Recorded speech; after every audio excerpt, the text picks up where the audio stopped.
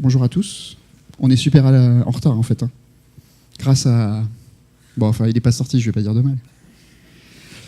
Donc, on va parler un peu de musique, vous avez entendu. Donc, je m'appelle David, je suis développeur chez Elastic. Et en particulier, je travaille sur Elasticsearch, pas du tout sur le sujet sur lequel on va discuter aujourd'hui. Mais bon, je voulais tester, donc ça m'a permis de tester ce projet. Tiens, moi j'ai mis le logo, Chuck Summercamp, c'est bien. Donc chez Elastic, on édite plusieurs solutions logicielles que sont Elasticsearch, indexation, stockage, analytics en temps réel, Kibana, un outil de visualisation, Logstash, qui est un ETL qui permet de faire du streaming des données, la transformation à la volée de l'envoi vers Elasticsearch, Bits dont on va parler. On a également une offre commerciale qui est constituée d'un certain nombre de plugins qui rajoutent des fonctions de sécurisation du cluster, des fonctions d'alerting, des fonctions de monitoring du cluster Elasticsearch, du reporting en PDF, des visualisations que vous auriez fait dans Kibana, un outil de graphe qui permet de faire de la consolidation, enfin de la corrélation de documents entre eux dans le même index, ceux qui sont anormalement communs et anormalement connectés typiquement. C'est pas du graphe au sens Neo4j, pas du tout. C'est pas la même chose. On détecte les choses qui sont anormalement communes. On a une offre Elastic as a Service dans le cloud et qui va se décliner très prochainement en Elastic Cloud Entreprise qui va vous permettre de déployer l'offre cloud sur votre propre infra si vous voulez ou sur vos crédits Azure, Amazon, que sais-je encore. Voilà, on est plus de 360 salariés, une dizaine en France. Voilà. Notre business model, c'est lié sur la vente des plugins et le support qui vient avec les plugins, évidemment. Il y a du support qui vient avec. Hier, nous avons fait l'annonce que nous avons fait l'acquisition de Prelert, l'équipe Prelert, qui va rajouter une nouvelle fonctionnalité dans Elasticsearch, toujours dans le pack commercial, qui va être de l'aide à la détection d'anomalies, détection de fraude. Il y a un peu de machine learning couplé avec de l'Elasticsearch, c'est très très sympa ce truc. Cloud, j'en ai parlé. Voilà, vous choisissez la taille de votre cluster, la région, 1, 2 ou 3 data centers. Notre offre cloud vient avec tous les plugins commerciaux. Donc, ouais, on est les seuls à pouvoir fournir ça d'ailleurs. Et ce truc-là, si vous le testez en ligne là, sur cloud.elastic.co, tout ce que vous voyez là, c'est la même chose que vous pourriez faire chez vous avec le cloud entreprise. Des souscriptions, Gold, Platinum, en fonction de ce que vous voulez. Alors, surtout, dans les souscriptions, la différence, c'est au niveau des fonctionnalités. Au niveau des fonctionnalités, dans le Platinum, vous allez avoir plus de fonctionnalités, notamment le graphe dont je vous parlais, il est disponible que pour les Platinum. La sécurisation au niveau des documents, voire au niveau des champs à l'intérieur d'un document, qui a le droit de voir quel champ, etc., c'est que pour le Platinum. Donc les fonctionnalités sont différentes en fonction du niveau de souscription que vous avez, quoi. Voilà, ça j'en passe, on fait du support, enfin du conseil, tout ça. Ok, partie commerciale, c'est fini, on parle technique. Donc Bits, c'est presque un nouveau venu, enfin ça fait maintenant 9 mois, peut-être 1 an qu'ils sont arrivés. Alors qu'est-ce que c'est que Bits ? Bits, ce sont des outils de transport léger qui collectent et transportent tout type de données opérationnelles vers Elasticsearch. Alors il y a quelques éléments importants là-dedans, notamment ce sont des outils de transport léger. Alors c'est écrit en Go, du coup ça prend beaucoup moins de ressources que prenait Logstash si vous faisiez du Logstash, et ça s'installe comme des agents sur vos serveurs. Donc il n'y a pas de dépendance au niveau du runtime. Ça ne sert qu'un seul objectif. Chaque bit a son propre objectif. Et ensuite, ça collecte et transporte tout type de données opérationnelles. Par exemple, des données opérationnelles, ça peut être des données qui viennent de la couche réseau. Donc pour ça, vous allez avoir PacketBit. Des données qui viennent des statistiques système. Vous allez avoir MetricBit pour ça. Des logs, vous allez avoir FileBit et WinLogBit par exemple. La communauté a sorti un DockerBit il n'y a pas longtemps aussi. Enfin, il y en a d'autres. Qui a été renommé, ouais. Qui s'appelle DocBit. PacketBit, on va regarder un petit peu ce que c'est. Donc PacketBit, ça va récupérer des trames, enfin des paquets qui passent en fait, récupérer des informations intéressantes pour vous. L'idée, c'est que vous avez une communication entre votre client et votre serveur. Vous installez Packetbit sur le serveur et finalement, il va sniffer ce qui se passe au niveau de la carte réseau, il va décortiquer le trafic. Donc l'intérêt, c'est que c'est fait au niveau OS et hardware, c'est complètement passif, il n'y a pas de latence, et vous n'avez pas besoin d'instrumenter votre application finalement, parce que juste, ça se met à l'écoute de ce qui se passe sur la carte réseau. C'est un peu faire du Wireshark directement avec Bit. Ça peut servir à plein de choses, notamment. Alors, comment ça se passe ? On capture sur la couche réseau le trafic. On décode ce trafic, puisqu'on a certains protocoles qu'on supporte. Et puis, on fait même la corrélation entre la requête et la réponse. Et puis, après, on extrait des mesures, et puis on rajoute des métadonnées. Et tout ça, c'est fait en temps réel sur les serveurs de prod. Alors, au niveau des décodeurs existants, au moment où j'ai fait ces slides, mais il y en a d'autres, et on sait lire du HTTP, on sait lire du MySQL, du Postgre, du Redis, Frif, Memcache, MongoDB, du ping, DNS. C'est ActiveMQ, ça, c'est ça ? Je pense.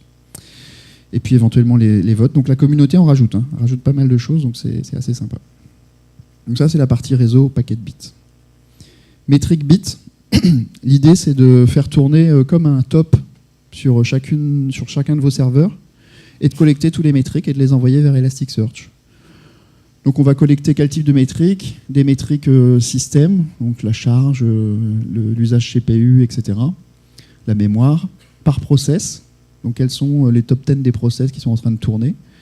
Et puis au niveau disque aussi, les disponibilités au niveau du disque. Donc imaginez, c'est comme si vous faisiez un top, toutes les 10 secondes, vous récupérez les métriques, vous les envoyez vers Elasticsearch. FileBit, ça permet de forwarder des lignes de log vers Elasticsearch. Donc en gros, je fais un tail-f sur un fichier de log et pouf, je l'envoie vers Elasticsearch. En général, une ligne de log, elle est structurée. Donc en fait, ce qu'on fait, c'est qu'on l'envoie souvent vers Logstash pour ensuite faire du parsing avec des expressions régulières, faire de l'enrichissement des lignes de log, etc. Donc la communication, elle se fait nativement entre FileBit et Logstash. Et l'intérêt, c'est que si Logstash, dans le protocole d'échange avec Logstash, Logstash peut dire à FileBit, attention, moi j'arrive plus à traiter là en ce moment, c'est en train de trop s'accumuler les trucs, donc essaye de ralentir s'il te plaît le flux. L'intérêt, c'est que comme on a des lignes de log immutables, les fichiers bougent pas, en fait FileBit il a juste à arrêter son pointeur de lecture et puis reprendre quand Logstash dira c'est bon, tu peux continuer. Donc ça c'est super facile à gérer, il n'y a pas besoin de mécanique de queue de traitement à implémenter chez FileBit, c'est très pratique. Donc l'idée, c'est de dire je lis avec FileBit, j'envoie dans Logstash, je parse la donnée, je la traite, je la filtre, puis après je l'envoie vers Elasticsearch pour l'indexation, ou alors je peux aussi l'envoyer, vers d'autres systèmes. Je peux l'envoyer vers S3 pour faire de l'archivage, ou HDFS, ou je sais pas, un Mongo, enfin ce que vous voulez, qu'importe. Avec la version 5.0 d'Elasticsearch, on a une nouvelle fonctionnalité qui s'appelle Node Ingest. Et dans Node Ingest, ce qu'on va faire, c'est dans Elasticsearch, on va avoir une partie des filtres qui existaient dans Logstash qui vont être implémentés directement dans Node Ingest. Ça veut dire quoi ? Que vous allez pouvoir faire de la transformation à la volée dans Elasticsearch des données qui ont été lues. Donc parsing d'expressions régulières comme on faisait avec le grok filter, là, vous allez pouvoir le faire avec le grok processeur de Node Ingest. Enrichissement, adresse IP, vous avez une adresse IP, vous voulez récupérer les coordonnées géographiques, latitude, longitude de la personne. Ça, le GeoIP processeur va vous permettre de faire ça, et puis il y en a plein d'autres. Donc ça vous évitera d'avoir à mettre en place Logstash. C'est beaucoup plus simple à gérer. Logstash va servir toujours dans le cas où vous voulez envoyer vers plusieurs destinations, parce que là vous ne pouvez écrire.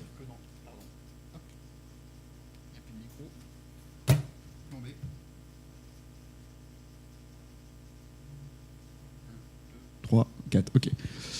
Donc avec Logstash, vous pouvez envoyer vers plusieurs destinations. Elasticsearch, lui, ne va écrire que dans Elasticsearch, il fera que ça. Il peut y avoir des filtres un peu plus compliqués ou des expressions ou des conditions. Ça, aujourd'hui, dans Ingest, on ne gère pas les conditions pour l'instant. Donc dans certains cas plus extrêmes, il faudra quand même utiliser Logstash. Mais sinon, dans beaucoup de cas, vous pouvez faire ça. Alors FileBit, il gère aussi le multiline, donc, ce qui est sympa. pour notamment les exceptions.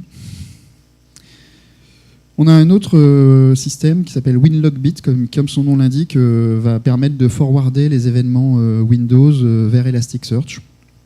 Donc ça supporte beaucoup de versions de Windows, y compris XP. Apparemment, c'est vrai, c'est bien. Alors on va rentrer un petit peu plus dans le détail de la plateforme Bit maintenant. La plateforme Bit, elle est composée de plusieurs éléments. Alors, je rappelle que le but d'un bit, c'est de collecter, parser très légèrement et envoyer vers une destination. Et ça, c'est fait notamment par la librairie, cette brique-là qui s'appelle libbit. Les bits officiels qu'on a gérés chez Elasticsearch se basent sur cette librairie, et ce que fait la communauté, c'est pareil, c'est la même librairie qui est utilisée. Je vais rentrer dans le détail de la librairie juste après. Donc je redis, hop, on envoie vers Elasticsearch, puis après on explore avec Kibana, ou alors éventuellement on envoie vers Logstash, et puis on envoie vers Elasticsearch et on explore avec Kibana. C'est ce qu'on fait. Donc tout ça c'est développé en Go. Et si on regarde ce qui se passe dans libbit, en fait, libbit vient avec tout un tas de fonctionnalités déjà intégrées.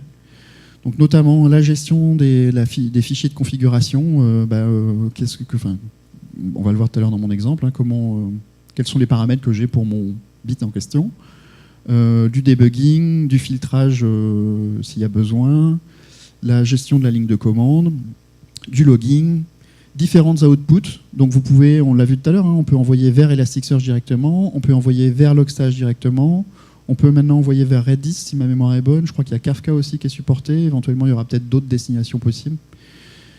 Mais voilà.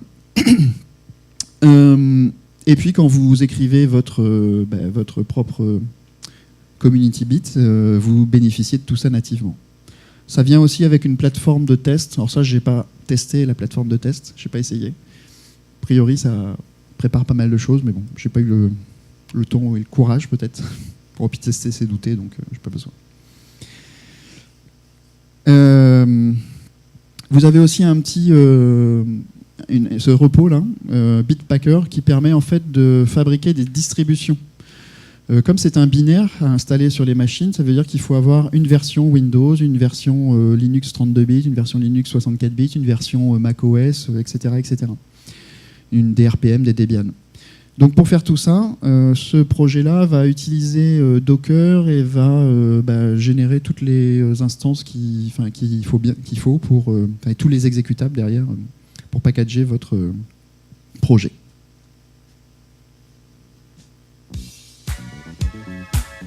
Voilà. Bon, moi j'ai adoré ça, hein. C'est mon époque. Je sais pas quelle époque c'est d'ailleurs. Fin des années 70, je pense. C'est sympa, non? J'adore le fun. Je donne un petit peu parce que j'ai un peu de temps. J'aime bien.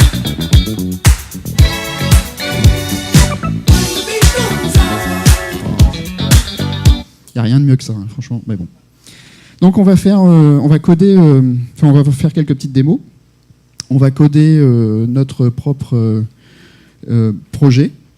Je vais vous montrer en fait metric bit en action, packet bit en action, et puis on va coder soundbit qui est lié à de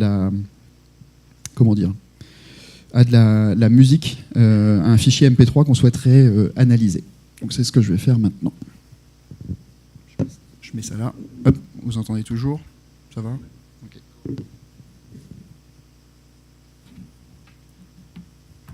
Déplacer là. Si vous voulez, je vous remettrai de la musique à la fin. Alors, je partage mon écran. Et puis on y va. Tiens, je me rends compte que j'ai oublié de sortir mes notes.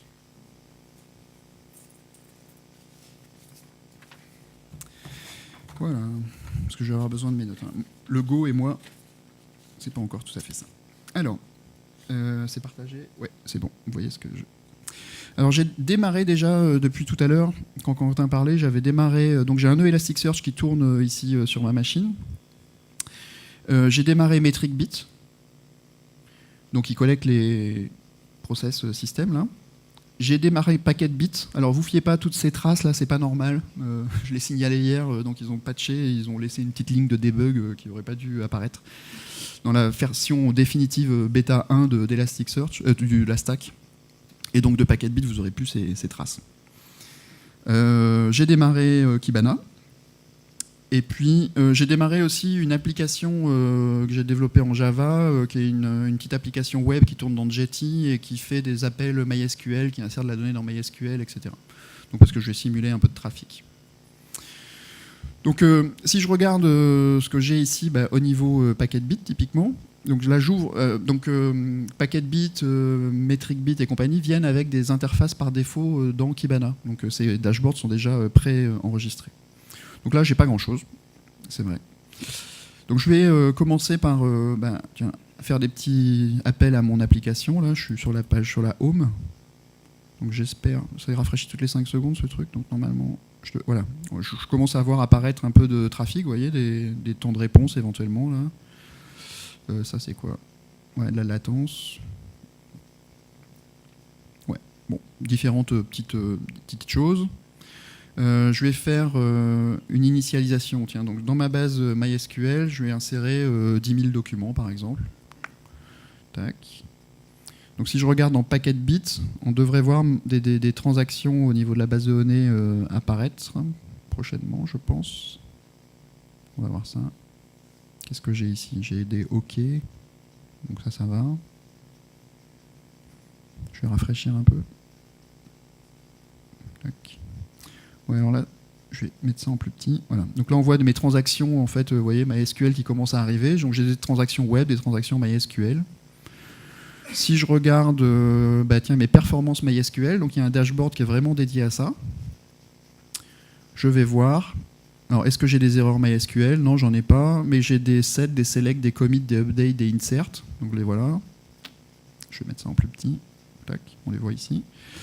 Qu'est-ce que j'ai d'autre ici? Des response time, des insert et des select.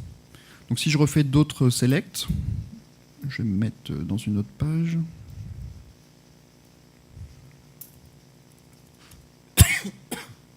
Donc voilà, si je fais de la recherche, je recherche des Joe.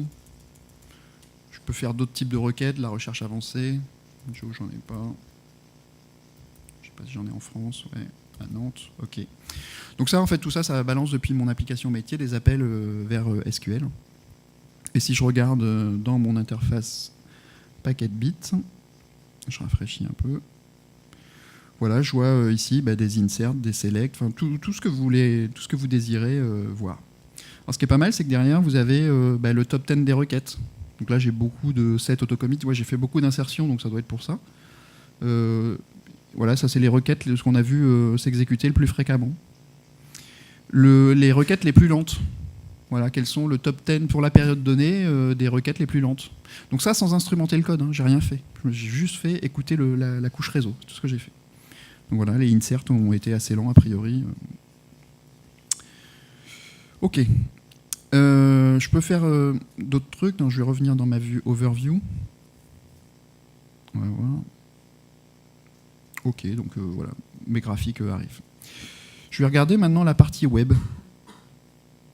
Donc j'ai fait des appels HTTP. Si je regarde les parties web, qu'est-ce que j'ai? Donc j'ai des 200 et des 304 comme type de réponse. J'ai la query qui correspond derrière. Les codes erreurs HTTP, ici j'ai les 304 apparemment. Et puis le top 10 des requêtes qui ont été exécutées. Alors je vais générer un petit peu des erreurs. Je vais faire un appel à des pages qui n'existent pas. Donc, je vais en faire un petit peu là. Tac. Dans mon code, j'ai même fait un null pointer exception volontaire. Donc je vais appeler une API qui fait du underscore nul et qui génère des erreurs 500 en fait. Je vais voir ça. Tac. Et puis si je regarde maintenant dans Packetbit, tac, je rafraîchis. Ah, je vois qu'effectivement j'ai des erreurs 500, j'ai des erreurs 404. Voilà mes réponses, le nombre de... Non, pardon. Ouais, le nom, c'est quoi ça? Unique count of type? Ah oui, si j'en ai 1, c'est bizarre. Ok. C'est juste des groupes. Ah oui, c'est pour classifier le nom, le type, la typologie des codes erreurs qu'on a. Bon, vous avez compris le principe. Hein. Assez simple. On parle la même chose pour Mongo, Cassandra, vous avez plein d'autres trucs supportés. Au niveau charge, alors ça ne fait pas, c'est quasiment transparent sur la machine qui fait la collecte. Non, par contre sur Elasticsearch, évidemment, tu lui envoies pas mal de données. Donc il faut que tu aies un cluster Elasticsearch qui réponde bien derrière. Surtout si tu as beaucoup de machines qui collectent de la donnée, si tu as une centaine de machines qui envoient des métriques comme ça en parallèle sur Elasticsearch, il faut que tu aies un cluster Elasticsearch suffisamment costaud pour absorber la charge. Mais pour la partie collecte elle-même, oui, ça se passe très très bien ça. Metric bit, regardons. Donc là, j'ai juste une machine qui envoie des métriques, donc je vois qu'un seul serveur, mais si j'en avais plusieurs, je les verrais ici, j'aurais une vision un peu consolidée. Je peux regarder cette overview là. Donc qu'est-ce qu'il va me donner ça voilà. Bon, c'est un peu gros. Mémoire utilisée, disponible, au niveau réseau, ce qui s'est passé. Je peux aller voir pareil. Alors la charge CPU. Ok, je vois CPU ici, user space. Là, c'est sans doute quand j'ai fait mon insertion MySQL, sans doute. Voilà, ma charge qui a augmenté. On voit ici. Pareil pour la mémoire. Donc tout ça, ça vient gratuitement. Donc, vous n'avez vraiment pas à vous soucier de ça. Donc ma taille mémoire et compagnie. Mes process. Alors le top 10 des process que j'utilise sur ma machine à cette période-là. Donc ma JVM, effectivement, qui est injectée tout à l'heure, elle a été très sollicitée. MySQL aussi. Chrome bouffe pas mal les ressources là. Dropbox. YouPorn, c'est quoi ça? Non, pardon. Et voilà, et par mémoire, etc. Donc encore une fois, c'est comme faire un top, sauf que c'est rassemblé sur... et si vous avez plein de machines, plutôt que de faire un top et de comparer tout ça vous-même, vous rassemblez tout ça dans votre cluster Elasticsearch, et puis vous avez accès à tous ces métriques. Donc si vous sentez, vous avez un ralentissement dans les temps de réponse HTTP, vous zoomez sur cette partie-là, puis vous regardez avec Metric Bit, vous voyez que vous avez beaucoup de CPU sur MySQL par exemple, ok, vous allez dans Packetbit, vous regardez quelles sont les requêtes qui sont passées à ce moment-là dans MySQL, et hop, vous voyez les requêtes les plus lentes. Et avec ça, vous faites ce que vous voulez, quoi. Enfin, vous intervenez sans doute. Voilà, le file system aussi et tout ça. Ok, je m'arrête là pour cette partie-là. On va faire maintenant SoundBit. Donc le but de SoundBit, ça va être de lire un fichier MP3 et de générer une waveform en fait dans Kibana. Ça n'a aucun intérêt technique, c'est juste pour vous montrer que c'est assez facile à coder. Donc je vais utiliser un outil qui s'appelle Cookie Cutter ici et qui utilise ce truc-là qu'on fournit dans Bit, qui permet de fabriquer un squelette en fait directement. Donc je vais l'appeler SoundBit. Mon petit nom, il me pose des questions. Donc c'est un template en fait. Il s'appelle SoundBit, il est là. Je m'appelle David Pilato. Clac, et voilà. Donc là en fait, il m'a créé un répertoire qui s'appelle SoundBit. Je vais enlever ça. Qui s'appelle SoundBit. Et si je regarde ce qu'il y a dedans, donc voilà, j'ai un makefile, j'ai un readme, j'ai une première implémentation de mon SoundBit, de la configuration, éventuellement de la doc, tout un tas de fichiers. On va regarder quelques-uns de ces fichiers. Alors, j'ouvre ça. Ok. Alors, tiens, la première chose que je vais faire, en fait, c'est que je vais configurer mon SoundBit. Donc la première chose que vous avez à faire, c'est make setup. Il va télécharger ce qu'il a besoin de faire, enfin tout ce dont il a besoin. J'espère qu'il n'a pas besoin du réseau. Je pense pas. On va voir. Je suis en 3G sur mon téléphone. Bon, ça a pris juste une demi-heure hier. Non, c'était plus rapide que ça. Bon, le temps qu'il fasse ça, je vais peut-être vous montrer quelques fichiers. Ah il l'a fait. Si. Ah si, il a besoin du réseau apparemment. C'est embêtant ça. Pourquoi il veut ça? Donc je vais me reconnecter au réseau. Ok, on va voir si ça passe. Le temps qu'il fasse ça, en fait... je le refais. Donc SoonBit vient avec en fait un fichier de base qui est la fonction main, et c'est lui qui va être chargé d'exécuter, ça vous n'avez pas à y toucher, c'est lui qui va être chargé d'exécuter le SoonBit ici. Et le SoonBit, il est pré-développé ici, donc vous avez un premier exemple. En fait, ce que fait ce SoonBit là par défaut, celui qu'il a généré, donc vous avez une partie d'instanciation. Quand j'instance le SoonBit, je peux lire la config et faire certaines opérations s'il le faut. Et puis j'ai une partie importante qui est le run. C'est quand le SoonBit, une fois qu'il a été initialisé, il démarre. Qu'est-ce qu'il doit faire? Là, dans l'exemple qu'ils prennent par défaut, c'est qu'ils veulent faire un tick toutes les périodes. Période, c'est 1 seconde par défaut. Et toutes les périodes, ils veulent envoyer un événement vers Elasticsearch qui contient la date courante, le nom du SoonBit, de SoonBit ici, et un compteur qui est incrémenté +1. Donc en fait, au niveau du code que vous avez à faire, vous avez très peu de choses à faire. Quand vous faites ici client publish event, en fait derrière, vous avez configuré dans un fichier de config que vous dialoguez avec Elasticsearch ou Logstash ou Redis ou n'importe quoi. Et tout ça, c'est implémenté pour vous. Vous n'avez même pas à vous soucier de ça. Vous, ce que vous avez juste à publier, c'est un objet event vers quelque chose, vers une destination. Et c'est ce qu'apporte Libit. Libit apporte toute cette partie-là. Et puis ensuite, le stop à la fin. Est-ce qu'il a fini? Ouais, il a fini. Donc maintenant, je vais compiler ce SoonBit. Donc ça va en faire un exécutable sur ma machine. Voilà. Et si je regarde ce que j'ai, effectivement, j'ai cet exécutable qui existe là. Si je l'exécute, bon, il fait des choses, il collecte des choses. Alors ce que je peux regarder, c'est si éventuellement dans Kibana, j'avais pas rien qui concerne SoonBit, et là je commence à avoir des trucs qui arrivent de SoonBit. Donc si je regarde ce que j'ai le name, le counter, le hostname, le type. Voilà, vous voyez, j'ai un compteur, donc régulièrement, mon compteur s'incrémente. C'est exactement ce que je vous ai montré tout à l'heure. Ah oui, c'est un binaire. Il est autosuffisant, il a tout ce qu'il faut, il contient tout ce qu'il faut. La communication avec Logstash, Elasticsearch, compagnie, donc tout est dedans. Il n'y a pas de dépendance. -E.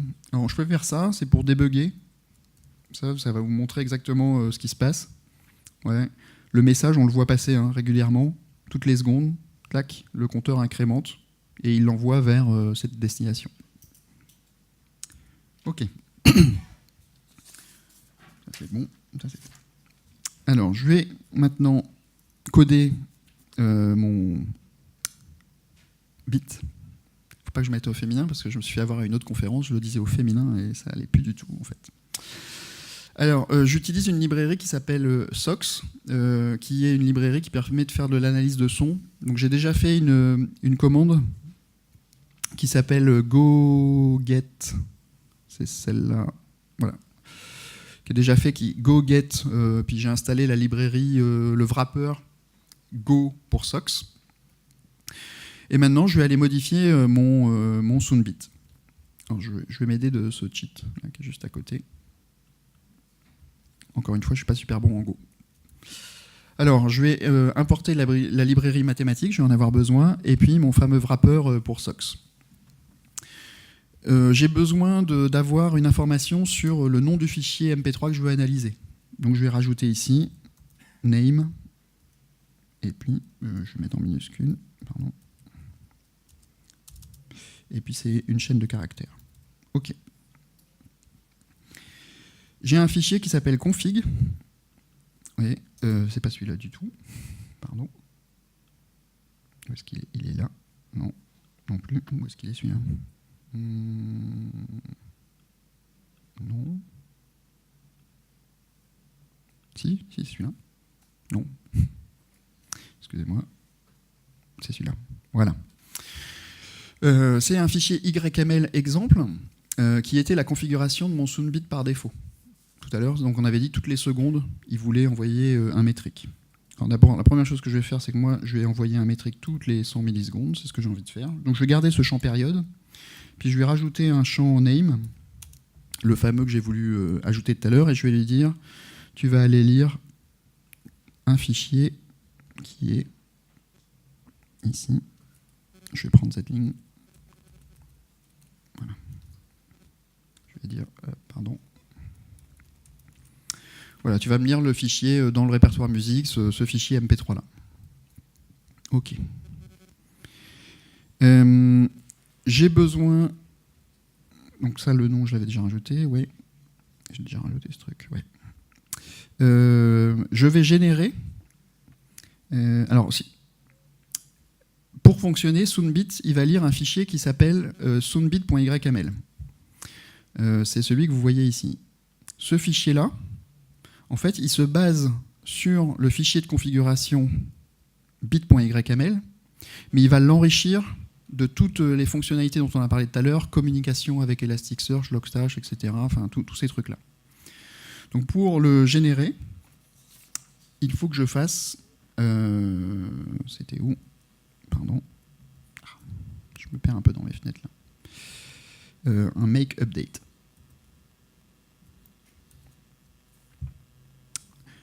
Si je regarde maintenant le fichier en question, soundbit.yml, donc il a pris la partie que j'avais développée tout à l'heure, mais il l'a enrichi avec tout le reste. C'est-à-dire, tu vas faire un output vers Elasticsearch, vers localhost 9200, donc tout ça, vous n'avez même pas à vous en occuper. Tout ça, c'est généré nativement pour vous. Si vous voulez faire un output vers Logstash, vous voyez, il est déjà prêt, disponible. Ok. Il faut que je copie mon fichier MP3. Donc je vais faire un mkdir musics. C'était ça, hein, ouais. Et je vais faire un cp. Donc j'ai une copie quelque part. Soundbit.backup musics. Et puis celui-là vers musics. Ok, j'ai mon fichier MP3 qui est disponible. Alors j'ai un autre fichier à modifier qui est le fichier de configuration. Celui-là, en fait, c'est le fichier qui va permettre de faire la lecture du fichier YAML et d'insérer les valeurs qu'il a trouvées dans le fichier YAML dans cette partie-là, pour votre Soundbit. Donc ici, il faut juste que je rajoute, j'avais déjà la période, je vais rajouter un champ qui s'appelle name, c'est une chaîne de caractères, et puis il va lire dans config de point name, si j'ai bien compris la syntaxe, c'est ça, ou écrire. Ok. Donc dans config, maintenant, je vais avoir une propriété name, ici. Je dois maintenant, dans soundbit.go, à la création de mon Soundbit, il va falloir que j'initialise la bibliothèque qui s'appelle SOX, dont j'ai vu tout à l'heure. Donc c'est du langage Go. En gros, ce que ça dit, c'est que je l'initialise. Si j'arrive pas à l'initialiser, j'affiche une erreur et j'échoue. Et surtout, quand tu quittes la librairie Go, enfin le bit, tu dois bien penser à désallouer en fait ce que tu avais alloué. C'est ça. J'ai dit que j'ai une configuration spécifique, et moi je veux faire une validation. Je veux vérifier que name a bien été seté. Pour moi, c'est une valeur obligatoire. Donc là, c'est pareil, je lis en fait la config qui m'est renvoyée. Donc ça vient tout seul, la lecture de la configuration. Hein. Donc dans config, je récupère le point name en majuscule qu'on avait vu tout à l'heure, et je vérifie si il est vide, je dégage, j'interdis de lancer le bit. Sinon, là, je l'affecte ici à ma configuration interne, ici, ce name-là. En fait, je fais bt.name égale name, et en fait, j'enregistre dans cette structure la configuration que je souhaite. Pourquoi pas. Maintenant, on va implémenter la logique dans run. Donc ça, on va garder. Et puis, tout le reste, ensuite, on va dégager. Donc ce qu'on va commencer par faire, c'est lire le fichier MP3 avec SOX. Je vais faire tout ça. C'est ici. Donc ça fait ça. Donc ça lit le fichier MP3 qu'on a dans name. Si jamais on n'arrive pas à le lire, on envoie une erreur. Et puis, quoi qu'il arrive, on quitte et on libère la ressource. Il faut qu'on calcule la durée complète du MP3. Ça, on ne le connaît pas à l'avance. Donc c'est ce qu'on va faire ici. Donc en gros, c'est la longueur du fichier divisé par le nombre de canaux, c'est de la stéréo, divisé par le nombre de hertz. Donc ici, c'est du 44 000 kHz. Donc, et tout ça, ça nous donne la durée totale de la musique, finalement. Je dis aussi, je vais générer une enveloppe à partir de maintenant. Donc, je vais écrire dans le futur. Okay, donc mon MP3 va être généré à partir de maintenant, et puis ensuite, je vais décaler ce NAO régulièrement de 100 millisecondes, puisque j'avais mis 100 millisecondes, de la période que je souhaite pour insérer tous mes blocs. Ok. Ça, c'est fait. Alors, ça, c'est un peu plus compliqué. Ici, je dois lire des blocs de la bibliothèque SOX. Alors, croyez-moi sur parole. Ce que ça va faire, c'est que ça va allouer au final un buffer qui va prendre ce qui a été lu par SOX, et ça va me faire un tableau pour chacun des samples. Donc pour chacune des 100 millisecondes, dans ce tableau, je vais avoir la valeur du canal gauche, puis la valeur du canal droit, puis après un autre sample, valeur du canal gauche, valeur du canal droit. Donc c'est ce que fait cette partie-là. Je n'ai pas inventé tout ça, hein, j'ai copié du gars qui avait fait la bibliothèque SOX pour Go. Et maintenant, je vais parser chacun de mes samples. Donc ici, je lis ce tableau que je viens de constituer, et je vais me déplacer dans le sample toutes les 100 millisecondes en fonction de ce que j'avais mis. Donc ici, il va falloir qu'on rajoute notre code ici, dans cette boucle. Alors, ce que je veux faire, c'est un waveform. Donc pour faire un waveform, j'ai un canal gauche et un canal droit. Donc je les initialise tous les deux à 0. J'ai dit que je me déplaçais de 100 millisecondes, donc mon NAO est augmenté de 100 millisecondes. J'aurais pu le faire juste après, mais ça aurait été peut-être mieux de le faire après d'ailleurs à la fin, mais bon, qu'importe. Je me déplace de 100 millisecondes et je dois lire, je vous ai dit j'ai deux canaux, le canal droit et le canal gauche. Alors je fais une petite opération mathématique pour avoir une valeur absolue, et puis voilà, c'est ce que je fais ici. Donc j'ai ici dans ces valeurs right et left, en fait, à la fin, la hauteur du signal en décibels, j'allais dire. Okay. Il faut maintenant que je prenne, vous vous rappelez, j'avais mon événement ici qui était généré. En fait, je faisais ça jusqu'à présent. Ben ça, je vais le mettre dans ma boucle. Je dois fabriquer un événement. Alors, c'est pas time.nao qu'on veut faire maintenant, mais c'est vraiment, ici, c'est de mémoire, c'est nao. La valeur que moi, fictive, hein, c'est pas le vrai time.nao, c'est la valeur fictive que je veux mettre. Je garde le nom, et puis au lieu de mettre ici counter, je vais mettre left, et puis sa valeur left, je vais la multiplier par 100, parce que sinon ce ne sera pas très joli. Enfin, c'est mieux. Sinon ça me fait des valeurs toutes petites. Right et right. Donc dans mon document JSON que j'envoie à Elasticsearch, finalement, je me retrouve avec le timestamp, le type left et right. C'est ce que je dois avoir. Ici, je publie l'événement, et puis je lui dis OK, je te log si éventuellement j'ai envie de loguer. Et à la fin, ben, tout ça est fini. J'ai juste besoin éventuellement de loguer que j'ai fini, pourquoi pas. Et surtout de quitter mon soundbit, lui dire allez, c'est fini, retourne. Ok. Normalement, ça devrait compiler. C'est là où on va voir si je me suis planté ou pas. Donc je vais faire un make. Je crois que c'est tout ce que j'ai à faire. Ouais, make. C'est vrai ? Ouais. Alors, qu'est-ce que j'ai raté ? bt.name. Donc ça, j'ai raté un truc ici. C'est quoi ? C'est quelle ligne ? 43. 43 bt.name. C'est ça que tu veux dire ? Non. Name égale bt.name, pourtant ça existe. Ah, c'est B, tu veux dire ? Est-ce que c'est B ? BT... Ah oui, effectivement. Ah oui, c'est très idiot ça, tu as raison. Voilà, c'est ici. Merci beaucoup.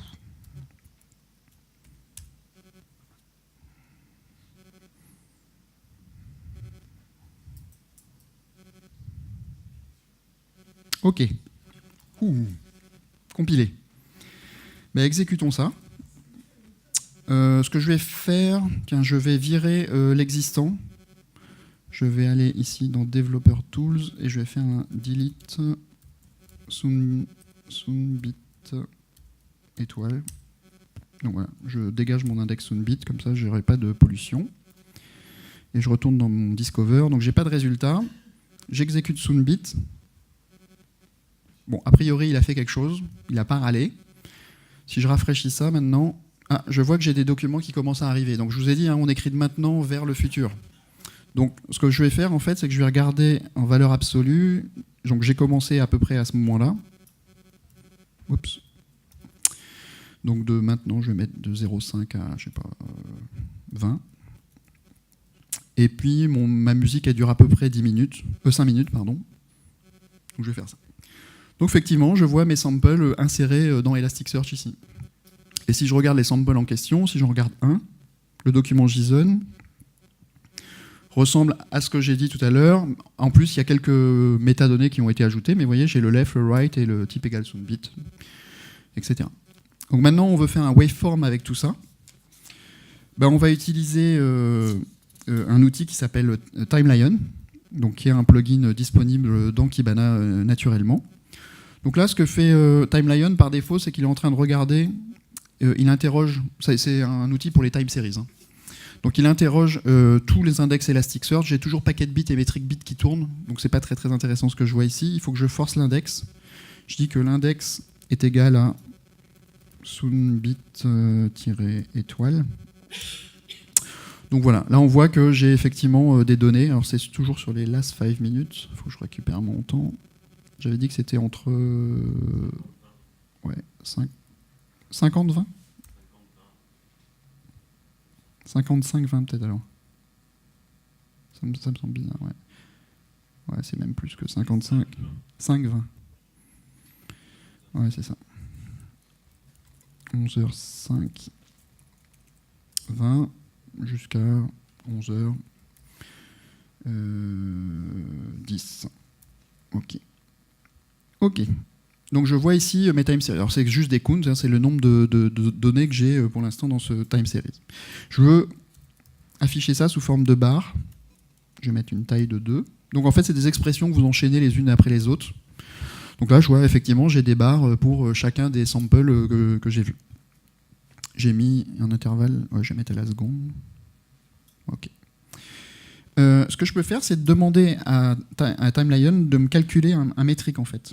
Donc je peux dire ici, métrique est égal à je veux la valeur minimale du champ left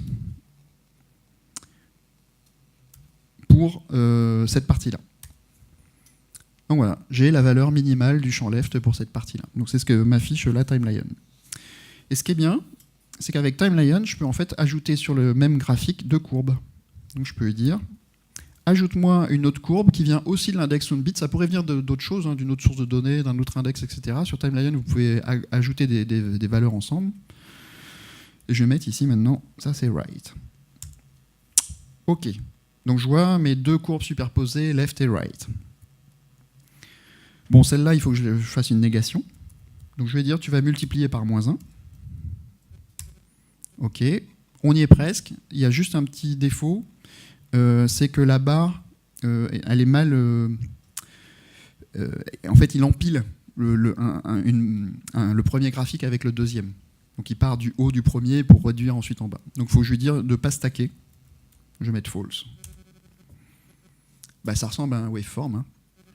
Je pense qu'on l'a. Et si... Alors ça, vous pouvez le sauvegarder comme visualisation et vous pouvez le mettre dans un dashboard. Pardon, je me suis trompé de bouton. C'est celui-là. J'ouvre. J'en avais fait un. Je pense que ça devrait fonctionner. Si j'ai ma 3G, j'ai même mis une petite image normalement. Mais bon, donc vous avez accès à votre waveform et puis vous pouvez zoomer là-dedans et compagnie. Ça sert à rien, on est d'accord, mais bon, moi je trouve ça très chouette. Normalement, je devais avoir le logo, mais bon, il a disparu. J'ai fini.